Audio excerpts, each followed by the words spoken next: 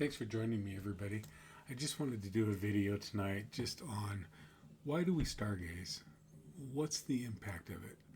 Uh, just going to kind of put some thoughts together on this and see where it goes, and try to keep it to a point where just like to share why I'm an amateur astronomer, why I go stargazing, and why I love it so much.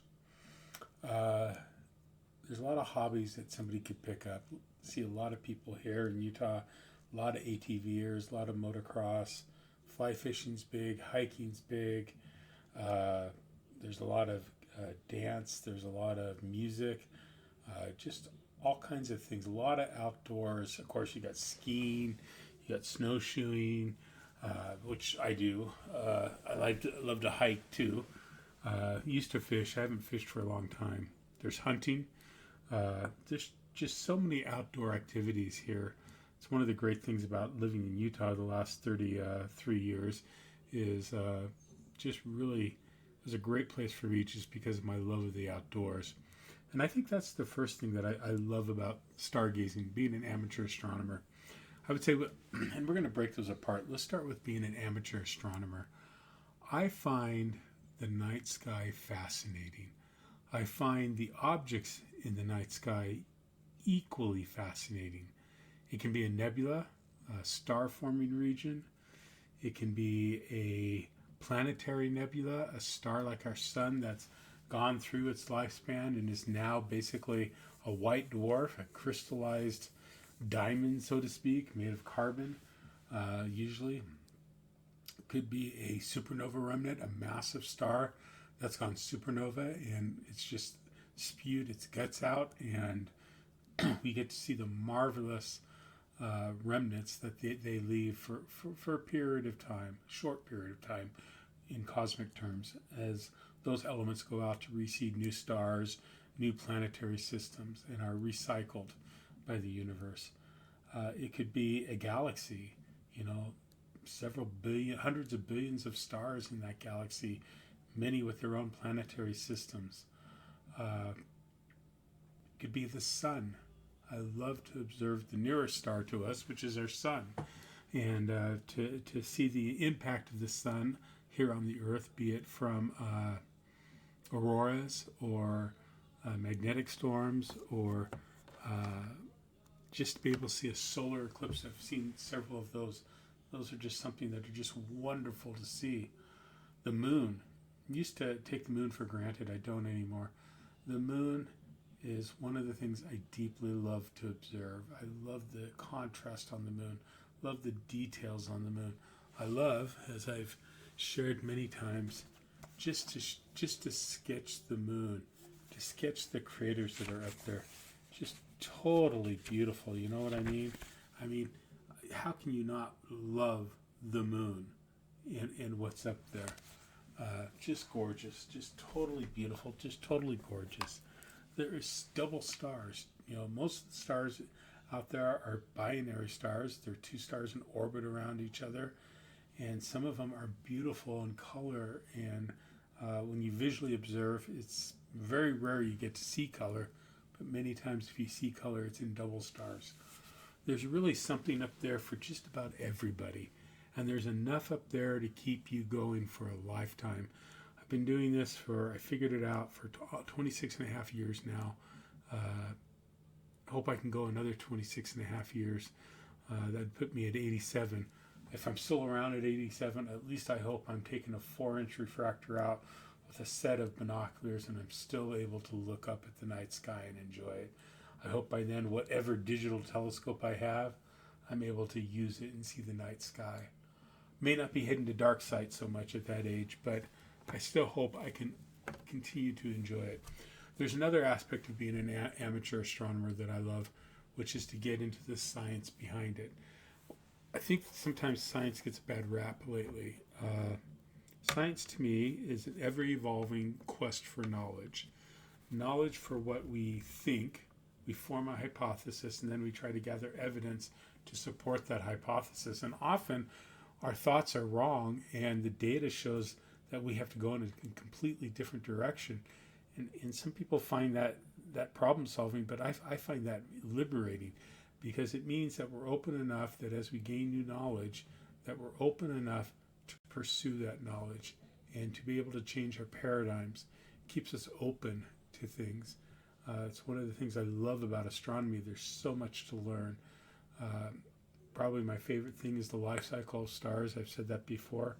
But the creation of planetary bodies within a solar system is very interesting to me. How the moon came about, very interesting to me. Always has been. One of my first books I got was back in the 60s by my dad. Wish I still had it. That had explanations from, it was like a book from the late 50s, early 60s about going to the moon, establishing on the moon, had these rockets that went to the moon. I can vividly remember it. Had like triangular spaceships going and all these things, a forerunner to what we were going to see with NASA, right? But just how much that was ingrained in me, and I guess that's why I love it so much. I maybe in a small way captures a part of my childhood, captures something that I shared with my dad a little bit, and a love there. I love to read papers. I love to get into them and to try to analyze them and look at what they're trying to teach us. The knowledge that somebody else has spent years going. I've always said this. I really probably need 3 or 4 lifetimes to do everything that I would want to do. One lifetime, as I approach the last probably 20 years of my life, it's just not enough time. It's not enough time. I think you need one lifetime to set yourself up financially, and then 3 or 4 to do everything that you could want to do and everything you could want to study and learn about, just to increase knowledge. I would love to go get a PhD in astronomy, to be honest with you. Not going to happen at 61, but I would love to be able to do that, to be able to continue to contribute. And I do try to contribute through Eadsy Astronomy and getting people interested in the night sky, taking them out, showing them the night sky. And anyway, so that's the amateur side of it. Why do I love stargazing? I love stargazing because, one, I'm not I'm a visual observer. I'm a dinosaur, to be honest with you. That's a dying breed in the amateur community. I feel the younger generations are moving more to the digital aspect. I think within 5 years, what we're going to see digitally out of digital telescopes is going to far surpass anything we can see in big scopes. And I think there's an instant gratification when you create an image and you see it. And it doesn't take a lot of effort to come up and to sit down and for 30 to 60 minutes sketch an item like that, to capture an image, or to be able to pull out here, as I go out and have to go out to a dark site and then come out and sketch a galaxy, for example.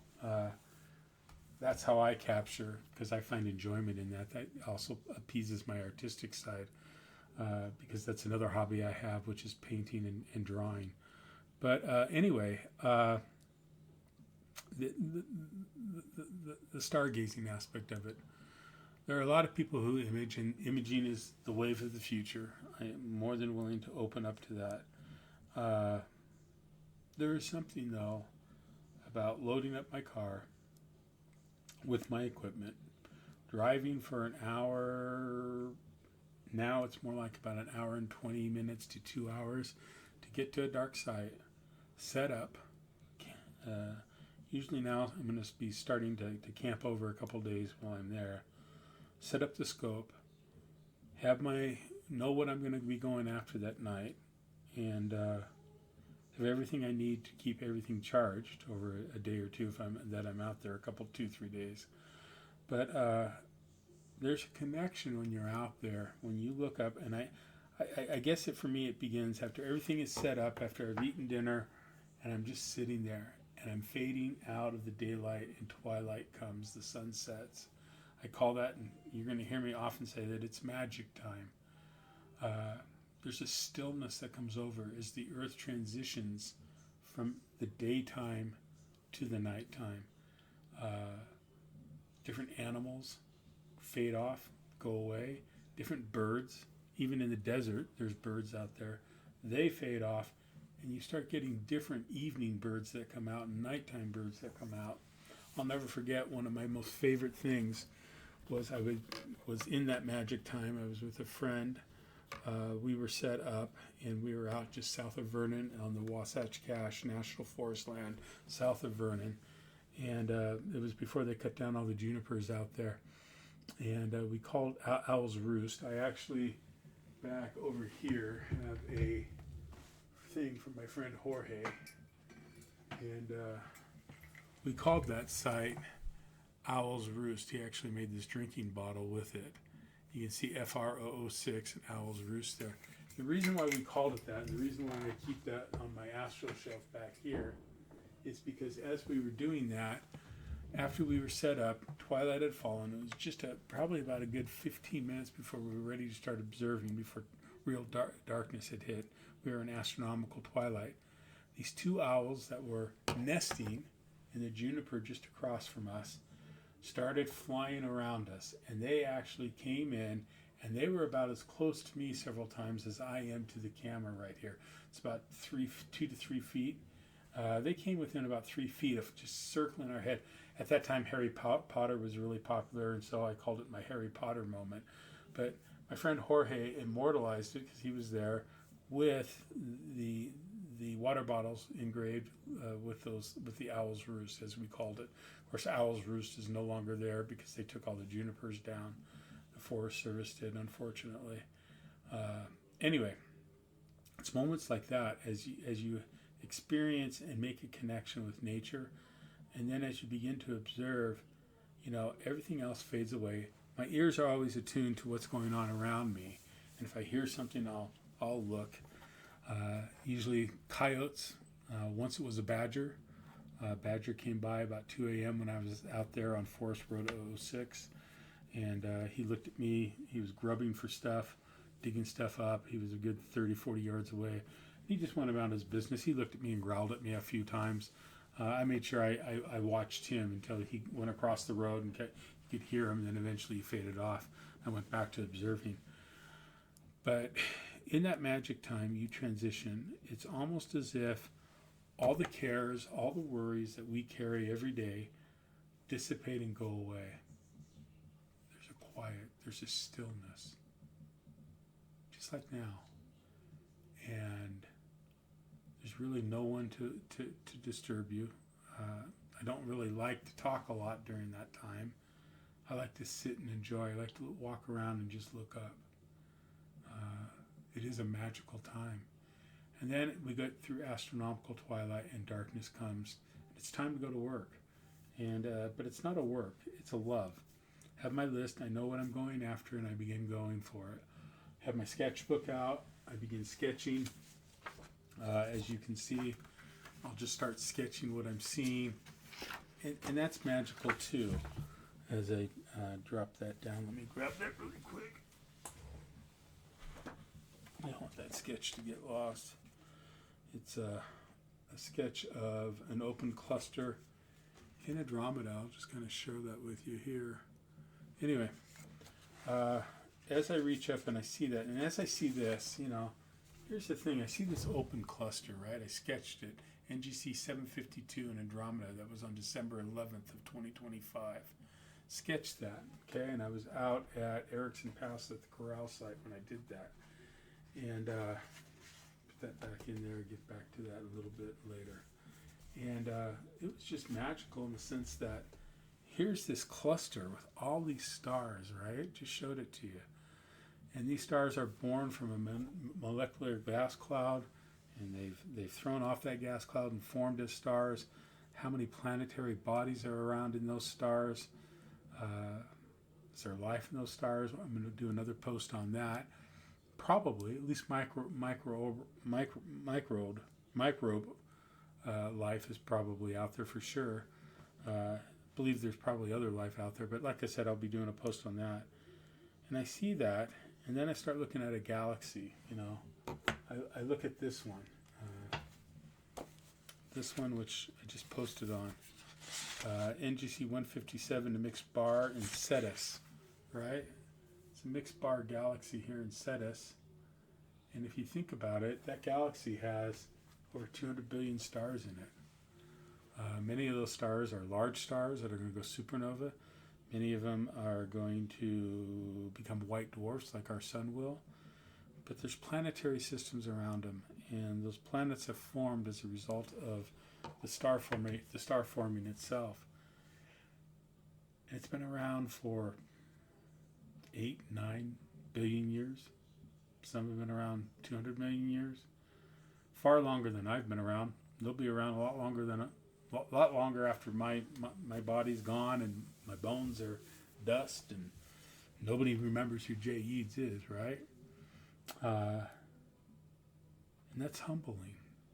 I think it reminds me the importance of how important we are. And then I think about this earth, and I think about all that it offers to me and to you.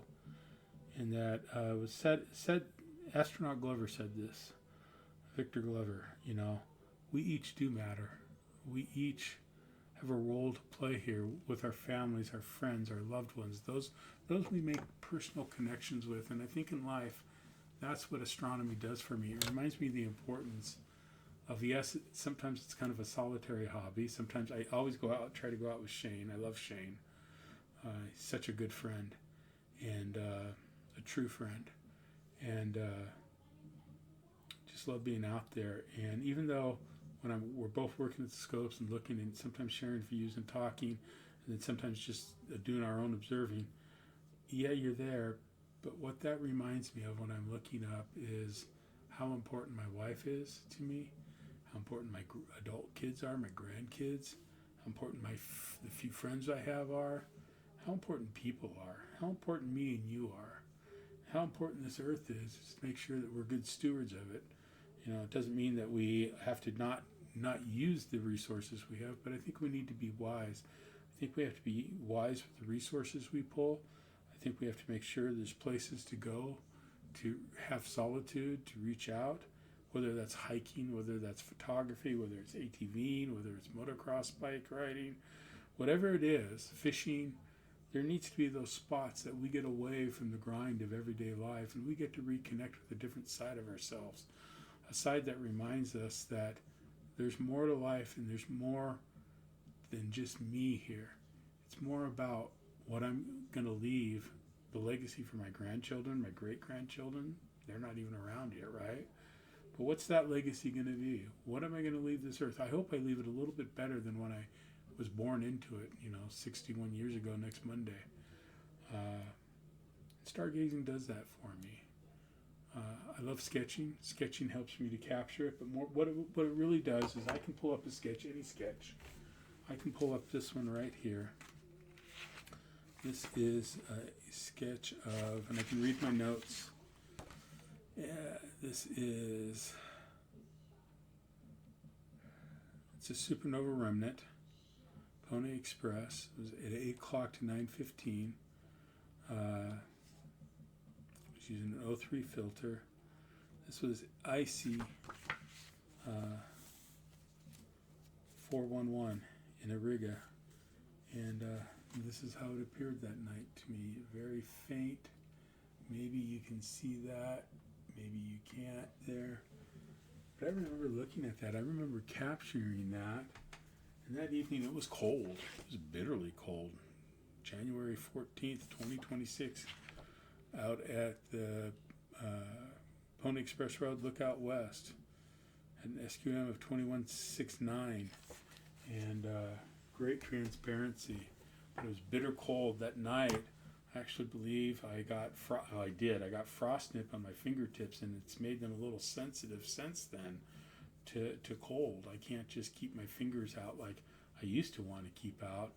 I have to make sure I always have at least a set of mittens on in the cold now, because my fingertips from getting frost nipped that night are a little more sensitive. And see, I can remember seeing that, visualizing that, seeing that in the eyepiece, capturing it in different eyepieces. And it's formed a memory. It's formed something that I can connect with. And it's amazing to me that that's a star that blew up and is still sending elements out into the interstellar medium to do and to create. Anyway, maybe you watch this video, maybe you don't. You know, I'm 20 minutes into this and I'm going to end it here. But when you get into stargazing, I promise you this, it will change your life. Whether you image and you actually are able to create an image and a digital image of something, and you look at it and you can take pride in that work, whether you sketch like I do and it creates lasting memories and you can take pride. When I started, a horrible sketcher. There's still plenty of people far better than me at it, but I like doing it. It helps me to capture what I see that night. It creates that memory for me, sticks it in. Whether you just go out and look at something that night and don't sketch, but you create a memory up here for yourself. It's relaxing. You get away from that grind. You get away and you can put it all aside. And you remember that the universe is big, it's expansive, it's expanding. And to be honest with you, I really am, as they kind of say in the Lord of the Rings, Bilbo does, just a small guy in a big world. And I'm okay with that. And it just puts everything in perspective. It changes your view, changes your outlook. I'm a better man because I go stargazing than if I didn't. So anyway, I just wanted to share that with you. Hope you find that interesting. Thanks for listening if you've stuck with me for the whole thing. And we'll catch you next time. Going to be heading out tomorrow night to do some stargazing. Talk to you later.